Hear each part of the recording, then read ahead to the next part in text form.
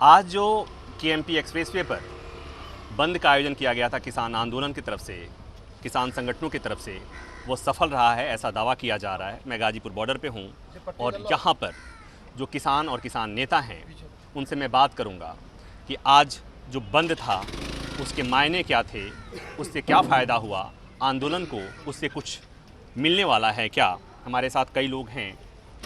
राकेश चौहान जी हमारे साथ हैं, राजेश चौहान जी हमारे साथ हैं। राजेश जी, आज जो जाम किया गया था उससे क्या मिलने वाला? देखिए, ये मजबूरी का जाम है। हम नहीं चाहते कि हम कोई ऐसी चीज़ पैदा करें संयुक्त मोर्चा के द्वारा और किसान संगठन के द्वारा कि जिससे हमारे लोग, अपने लोग परेशान हो, मगर मजबूरी हमारी। मजबूरी ये है कि सरकार कैसे सुनेगी। सरकार को सुनाने का माध्यम सड़क, रेल, यातायात को बाधित करना, ये हमारी हावी नहीं है, ये हमारी मजबूरी है। आज हम 100 दिन पूरा कर दिए और आज 101 दिन शुरू हो गया। सरकार आपके नज़र में है, हम आपके नज़र में हैं और सरकार के कानों में जूं नहीं रेंग रही। ये बड़ा दुर्भाग्य इस देश का कि इस देश का अन्नदाता जो भगवान के बाद दूसरा नंबर उसका आता है, सरकार उसे सड़क पे लाने के लिए मजबूर कर दिया, आने के लिए मजबूर कर दिया और हमारे बच्चों का भविष्य बड़े धन्ना सेठों की तिजोरियों में बंद करने का पूरा षड्यंत्र रच करके और सफल भी हो गए। अगर हम अपने अन्न के भाव को, फसल की पैदावार के भाव को लाभकारी चाहते हैं तो सरकार हमें आग दिखाती है, डंडा दिखाती है, गोली दिखाती है। इसलिए हम तंग आए तो जंग आए, हमारी मजबूरी है। हम किसी अपने किसान बिरादरी के भाई या किसी भी हिंदुस्तान के, अपने भारत के निवासी को परेशान करना नहीं चाहते। ठीक है जाडौन साहब, इससे जो बातचीत का सिलसिला रुका हुआ है, आपको लगता है कि सरकार पर दबाव बनेगा और सरकार एक बार फिर बातचीत के लिए बुलाएगी किसान संगठन के नेताओं को? देखिए, जो जाम की बात आपने कही, रोड जाम करना, रेल जाम करना, भारत बंद करना, ये आए कहाँ से फंडे? जो लोग आज सरकार में हैं वो ज्ञान दे रहे हैं, जब सरकार से बाहर होते तो यही फंडे अपनाते हैं। नहीं, मेरा सवाल है कि क्या इससे बातचीत का जो सिलसिला रुका हुआ है, सरकार ने जो बंद किया है, ये शुरू होगा क्या? बिल्कुल, मैं वहीं जा रहा हूँ, लेकिन उदाहरण सहित जाऊँगा, प्रूफ सहित। ये फंडे आए कहाँ से? जे राजनीतिक दल के लोगों ने सिखाए हैं, जो बार बार कभी सरकार में रहते, कभी विपक्ष में रहते हैं। आज अगर वही फंडे किसान अपना रहा है तो सरकार के पेट में दर्द हो रहा है, आका जा रहा है कि जनता को परेशान किया जा रहा है। आखिर वो मार्ग आप ही ने तो दिखाया है कि प्रजातंत्र में आंदोलन का ये तो जो काम करेगी राजनीतिक पार्टियां वही किसान नेता थोड़े न करेंगे। यस, ये बात, राजनीतिक पार्टियों ने वो काम किए हैं जिनकी वजह से किसान नेताओं को वो काम करना पड़ा जिसका दुनिया में डंका बज गया। किसान नेताओं को वो नहीं करना चाहिए जो राजनीतिक दल के नेता करते हैं, किसानों को वो नहीं करना चाहिए जो सरकारें करती हैं। इसलिए कि अगर आप वही करेंगे तो अंतर क्या रह जाएगा? मलिक साहब, आपको क्या लग रहा है ये बातचीत का सिलसिला जो रुका हुआ है, ये शुरू क्यों नहीं हो पा रहा है? देखिए, शुरू तो होगा, पर सरकार एक मुगालते में जी रही कि पहले तू बाहर का सकेर लिया और घाट के वो तो फेर सकेर लिए।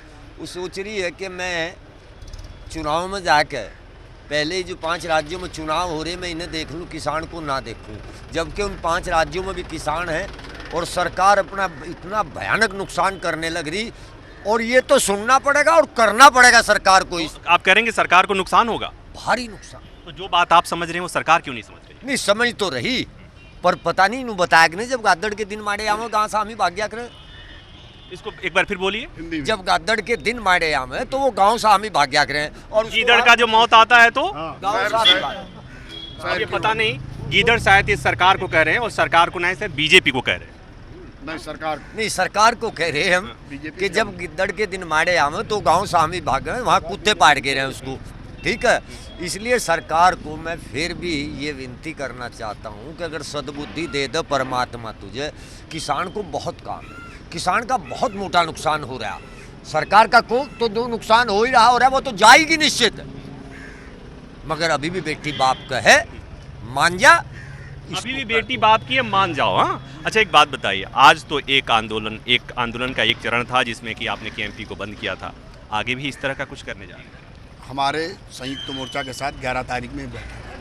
उस 11 तारीख में अगली रणनीति तय की जाएगी कि हमें अगली रणनीति क्या करनी है और कैसे हम अपने संगठन को मजबूत करें और कैसे सरकार को हम जगाने का काम करें। अच्छा, पश्चिम बंगाल वाली यात्रा के बारे में बताएंगे कुछ? पश्चिम बंगाल यात्रा, हमारी देश में किसान यात्राएं शुरू हैं। कब से पश्चिम बंगाल वाली, कब से? ये पश्चिम बंगाल वाली 12-13 मार्च से हमारी यात्राएं शुरू हैं पूरे देश में। पश्चिम बंगाल को आप क्यों लेते हैं बार बार? हम पूरे देश में जा रहे हैं, राजस्थान जा रहे हैं, हरियाणा जा रहे हैं। पश्चिम बंगाल का नाम लेने से आपको प्रॉब्लम क्या है? हमें कोई प्रॉब्लम नहीं, आपको है, मतलब सरकार को है। हाँ। पश्चिम बंगाल में कब से? पश्चिम बंगाल में 12 मार्च से हमारा कैंपेन, हम किसान के बीच जाएंगे। हम किसान को बताएंगे कि देश का आंदोलन, किसान इस गली में खड़ा है और किसान बर्बादी की ओर है और आप सब जगो। किसान बर्बादी की तरफ है, जैसा आप कह रहे हैं कि सरकार नहीं समझ रही है, तो सरकार भी बर्बादी की तरफ है। आपको क्या लगता है कब तक चलता रहेगा ये जब तक चलाएंगे, जब तक पूर्ण रूप से ये सर्वनाश के कगार पर नहीं पहुंच जाएंगे। किसका सर्वनाश? सर्वनाश जो आज सत्तासीन है, जो सत्तासीन है वो सर्वनाश की तरफ लेकर जा रहे और वो चाहते हैं पूरा हो जा, वो कमी ना रहे। और किसान जो है वो तो एक एक दिन की बात देखता है कब जो है हमारी बातों का समाधान हो और हम अपने घर को जाएं। तो क्या उम्मीद है कुछ? आप उम्मीद है, देखो उम्मीद पे हम कायम हैं, तो दुनिया कायम है, कायम हैं। आपको क्या लग रहा है? देखिए, मैं सही मायने में ये बताना चाहूँगा, वैसे हमारे वरिष्ठ जो पदाधिकारी हैं, राष्ट्रीय नेतृत्व, आप भी बताइए। मैं भी बताऊँगा, मैं भी प्रदेश में हूँ। मैं बताना चाहूँगा कि देखिए, एक तरफ कृषि प्रधान देश है, जवान सजग प्रहरी है देश के रक्षा के लिए, और किसान खेत में काम कर रहा है।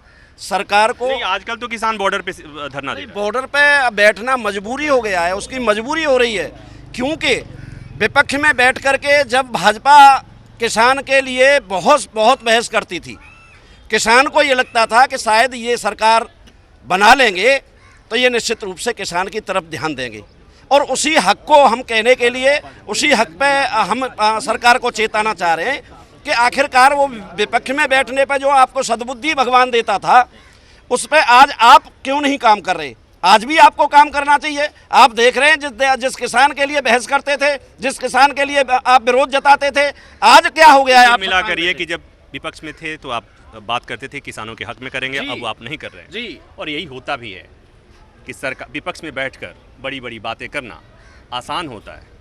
अब ये समय है समझने की, जानने की कि कौन विपक्ष में रहने के बाद जो कहेगा वही सरकार में आने के बाद करेगा। ये मतदाता समझेंगे, और लोकतंत्र में बहुत पावर होता है, बहुत शक्ति होती है। हाँ, देखिए मिश्रा जी, सारे दल चोर चोर मौसेरे भाई, हाँ। चाहे कांग्रेस हो चाहे बीजेपी हो, ये सरकार में जब आते हैं तो इन्हें किसान भूल जाता है, और जब सरकार के बाहर चले जाते हैं तो इसे 100% 24 घंटा सोते जागते स्वप्न में भी किसान ही याद आता है। चोर चोर मौसेरे भाई, या उसी मौसेरे भाइयों में से कुछ मौसेरे भाइयों का समर्थन मिल रहा है आपको? ना ना ना, ये आपको गलतफहमी है और आप अपने दिमाग से निकाल दो। टिकैत परिवार और भारतीय किसान यूनियन कभी किसी दल का पिट्ठू नहीं रहा। हमारे दरवाजे सभी आते हैं, हम किसान हैं, हम अपने दरवाजे सबका सम्मान करते हैं, ये बात अलग है। हम अपने दरवाजे सबका सम्मान आज भी करेंगे, मगर ये हमारी संस्कृति है और किसी भी दल के साथ हम नहीं है। चोर चोर मौसेरे भाई, और अगर कोई चोर किसी के घर बैठ जाए तो आप समझ लीजिएगा कि कोई तो रिश्तेदारी रही होगी। कैमरामैन भरत के साथ प्रभाकर मिश्रा, न्यूज़ 24। नमस्कार, मैं हूं मानक गुप्ता। अगर आपको हमारा ये वीडियो पसंद आया हो तो इसे लाइक और शेयर जरूर करें, और हाँ, हमें सब्सक्राइब और फॉलो करना ना भूलें ताकि आप देश और दुनिया की कोई खबर मिस ना करें। तो जुड़े रहिए हमारे साथ और देखते रहिए न्यूज़ 24।